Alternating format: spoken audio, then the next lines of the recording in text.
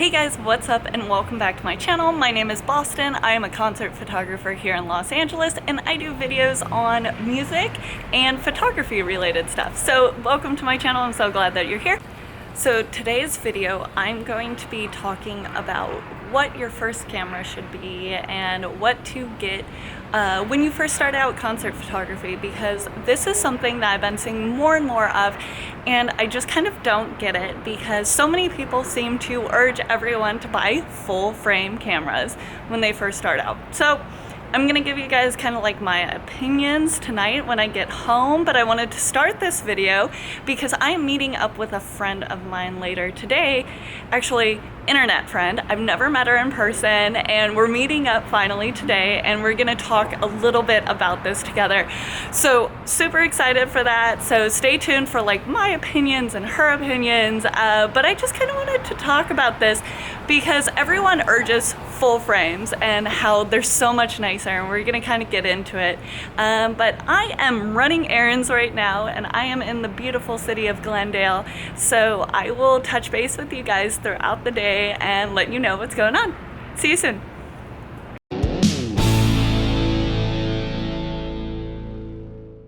Hey guys, I am here with Lauren and I'm so excited because we just met, even though we've been messaging online, and I am so excited to chat with you. And I wanted to bring you on because I wanted to talk about full frame cameras.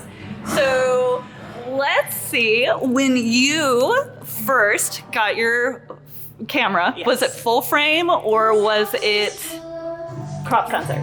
So I've been shooting on crop sensor for a few years now. Nice. And I finally just bit the bullet and got a new mirrorless camera on Black Friday. So I'm very excited because I shoot a lot of smaller venues and low light is my problem that I'm always struggling with. So the fact that I'm able to have the full capability of my camera and that full capture of the light is night and day for me. So what made you upgrade though? Just the low light? You were like, hey, I finally need this, or what? That was my main thing. Like, that's my main concern with most of my photographs. I've just been jacking up my ISO so much. I'm like, you know what? If I just had like the full light that's coming into my camera naturally, I wouldn't have to do this. Yeah. And it's just been this consistent problem where like that is the easy fix. Yeah. And you know, if you're shooting bigger venues with better light, you can get away with the crop sensor. Like, you know, at the end of the day, it's not the gear, it's the photographer. You know, like having a really expensive camera isn't gonna make your photos amazing. Like you need to know what to put into it, but having that full frame really helps. Yeah, definitely. So, do you recommend, I'll zoom out because it's weird. I'm getting used to the whole filming, guys. Vlogging in public, this is very weird. At least no one's staring at us. We're here by ourselves. Anyway, would you recommend a full frame camera for a beginner? Or would you recommend buying a crop sensor to start off with?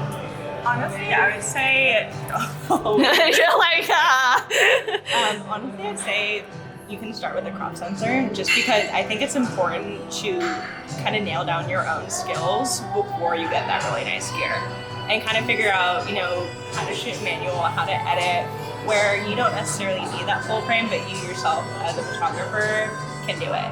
And then it's just that nice little added bonus that will really crisp up your images and take you to that next level when you're ready to make that step.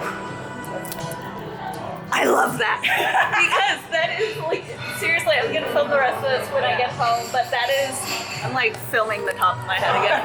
That is the one thing that I wanted to talk about. Like, I feel like you can hone down so much on like your style and all of, you need to learn a lot. And like, why spend $2,000 on a full frame camera before you learn anything? Exactly. So it's like having your bike before you have your training wheels. oh, yes!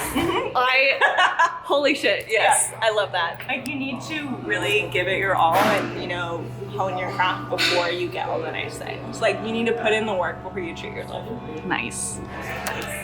Well, thank you so much for being on my channel.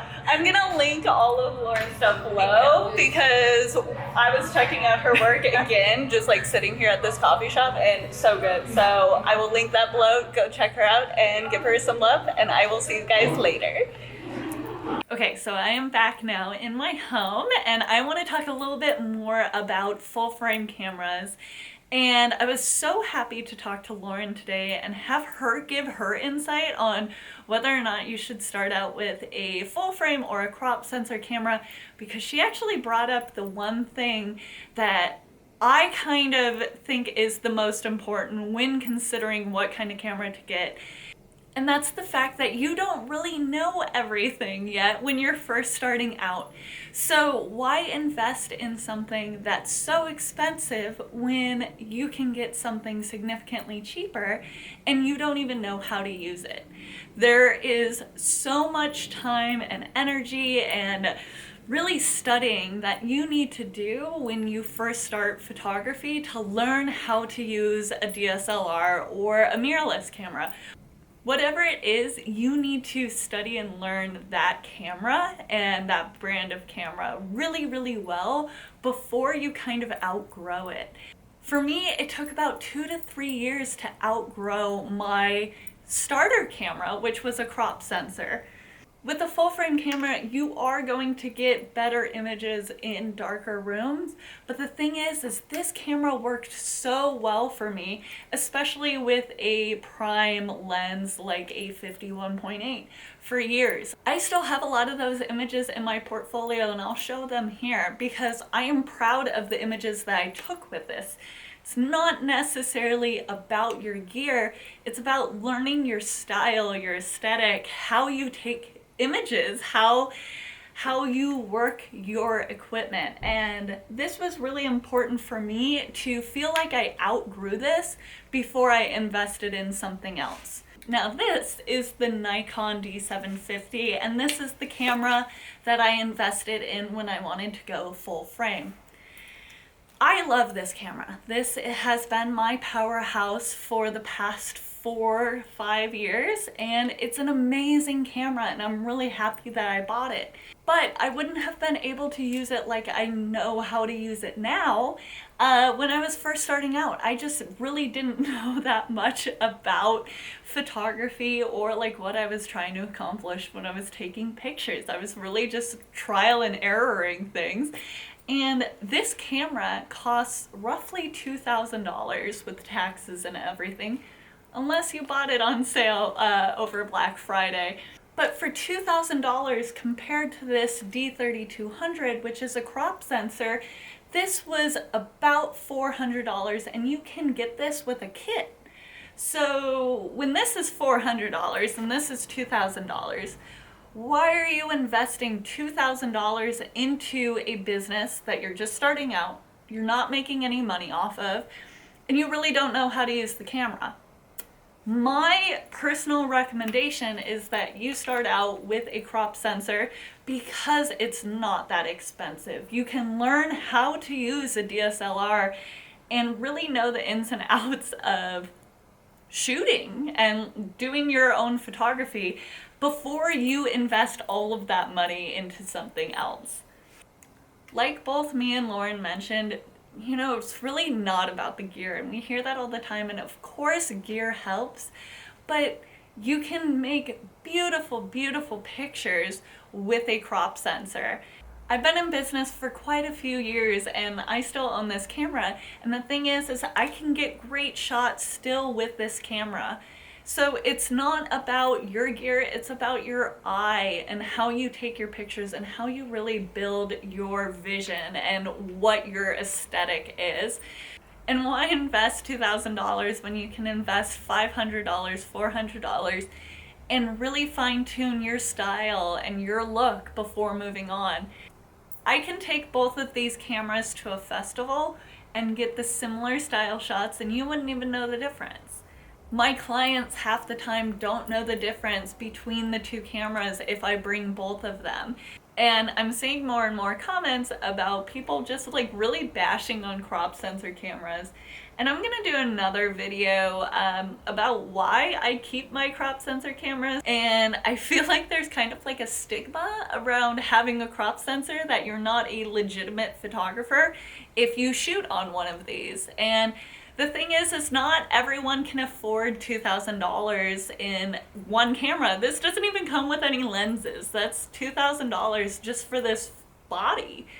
So not everyone can afford that, and I don't feel like everyone should be urged to and forced to buy this. Like, invest in something that's not going to break the bank, that's in your budget, and learn with it and grow with it. You shouldn't have to feel ashamed to start small and grow with your camera. Like I said, I still own this camera. This is still in my bag. I still use it as a backup, and I don't see any major problems with it. And it's just so funny to me that I'm hearing all the time that everyone should buy a full frame, especially when they're starting out. And I just don't think it's true. So anyway, this video has been a very long rant of me going kind of on and on about these differences, and really it just comes down to money, and that you can grow with a camera like this and still use it as a great tool to get some great images. So that was kind of the point that I wanted to get across. I guess I could have done that in a lot shorter time. But anyway, that's kind of my style here on my channel. Thank you so much for watching and listening to me today. I'm so happy that Lauren got to join me today in the video. All of her information is down below, so please go check her out. And I will see you guys on the next video. Bye.